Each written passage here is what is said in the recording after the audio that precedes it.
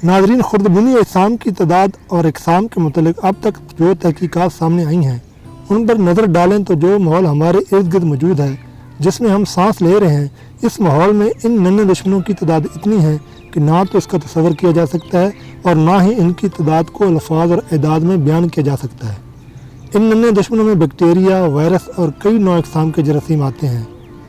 انہیں اپنی افزائش کے لیے سازگار ماحول چاہیے ہوتا ہے، اور اگر انہیں یہ سازگار ماحول مل جائے تو صرف 24 گھنٹوں میں اپنے جیسے اتنے جراثیم کو جنم دے سکتے ہیں جتنے 3 عدد کے سامنے 14 زیرو لگانے پر بنتے ہیں، یعنی کہ تقریباً 1000 کھرب۔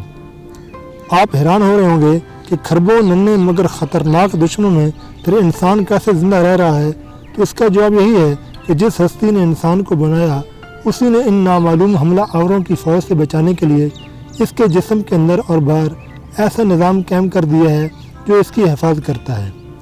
جسم سے باہر تو صاف ہوا، سورج کی روشنی اور گرمی ان جراثیموں کی قوت کو توڑتی رہتی ہے، اور جسم کے اندر انسان کی قوت مدافعت ان کا دفاع کرتی ہے۔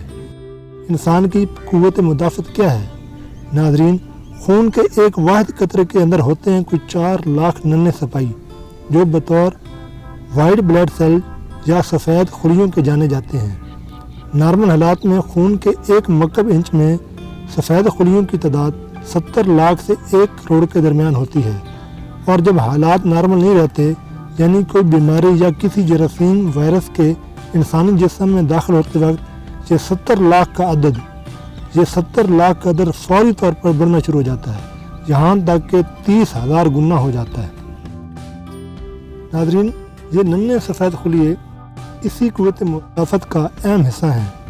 یہ انسانی جسم میں ان دشمنوں کو تلاش کرتے ہیں، ان کا پتہ چلاتے ہیں اور پیچھا کرتے ہیں، اور پھر ان دشمنوں کو بہترین صورت میں تباہ کر دیتے ہیں۔ ان ننھے سفید خلیوں کے 2 گروپس ہوتے ہیں۔ پہلا گروپ وہ ہوتا ہے جو ابتدا میں جنگ کا سامنا کرتا ہے اور دشمن سے مقابلہ کرتا ہے۔ اسی وقت میں دوسرا گروپ خصوصی ہتھیار پیدا کرتا ہے تاکہ دشمن کے خلاف بہتر طور پر استعمال میں آ سکے۔ ناظرین، یہ ہتھیار اینٹی باڈیز کی شکل میں ہوتے ہیں۔ وائٹ بلڈ سیل کا گروپ اے تو فرنٹ لائن کا رول سر انجام دیتا ہے، اور گروپ بی جو اینٹی باڈیز پیدا کرتے ہیں، یہ ننھے سپاہی جسم کی گہرائیوں میں بافتوں یعنی ٹشوز کے اندر اپنی فوجی چھاونیاں بنائے رکھتے ہیں، اور ضرورت پڑنے پر خلیوں اور بافتوں کی جراثیموں کے حملوں سے حفاظت کرتے ہیں۔ ناظرین، ہر دن ایک کثیر تعداد جراثیم کی انسانی جسم میں داخل ہوتی ہے۔ پہلے مرحلے میں امیون سسٹم ان کو بے اثر کرنے کی کوشش کرتا ہے، مگر ان میں سے کچھ وائرس بہت طاقتور قسم کے بھی ہو سکتے ہیں جو کہ ننھے جنگجوؤں کی پہلی صفوں کو توڑ کر انسانی جسم میں داخل ہونے میں کامیاب ہو جاتے ہیں اور زندگی کے لیے خطرناک ہو سکتے ہیں۔ ایسے اجسام اینٹی جنز کہلاتے ہیں۔ گروپ بی کے ننھے سپاہیوں کی پیدا کردہ اینٹی باڈیز ان اینٹی جنز کو بے اثر کرنے کی کوشش میں لگی رہتی ہے۔ یہ اینٹی باڈیز ان کو پکڑ کر باندھ دیتی ہیں، جیسے آپ کسی شخص کو رسی سے باندھ دیتے ہیں تاکہ وہ حرکت نہ کر سکے۔ پھر یہ ایسی خاص قسم کی چابیاں بناتی جو کہ اینٹی جنز کے باہر لگے تالوں کو کھول دینے میں مددگار ثابت ہوتی ہیں۔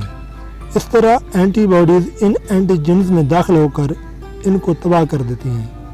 ان ننھے سپاہیوں میں کچھ ایسے بھی ہوتے ہیں جو دشمنوں کی صفوں میں گھس کر ان کو کھا جاتے ہیں اور ان کے ساتھ اپنے وجود کو بھی ختم کر لیتے ہیں۔ ایسے لاکھوں سفید خلیے روزانہ ہی ہمارے لیے اپنی جان کا نذرانہ پیش کرتے رہتے ہیں، اور آج تک سائنس اس بات کو بھی ثابت نہیں کر پائی کہ یہ غیب دان سفید خلیے کیسے جان لیتے ہیں کہ کس قسم کی اینٹی جن کے لیے کس قسم کی اینٹی باڈیز تیار کرنی ہیں اور کس تالے کے لیے کس قسم کی پرفیکٹ کنجی درکار ہوگی۔ یقیناً یہ معجزہ ہی ہے جو ان کے خالق نے انہیں بتا رکھا ہے۔ دوستو، اگلی ویڈیو میں ہم التہاب یعنی نیکروسس کے متعلق جانیں گے۔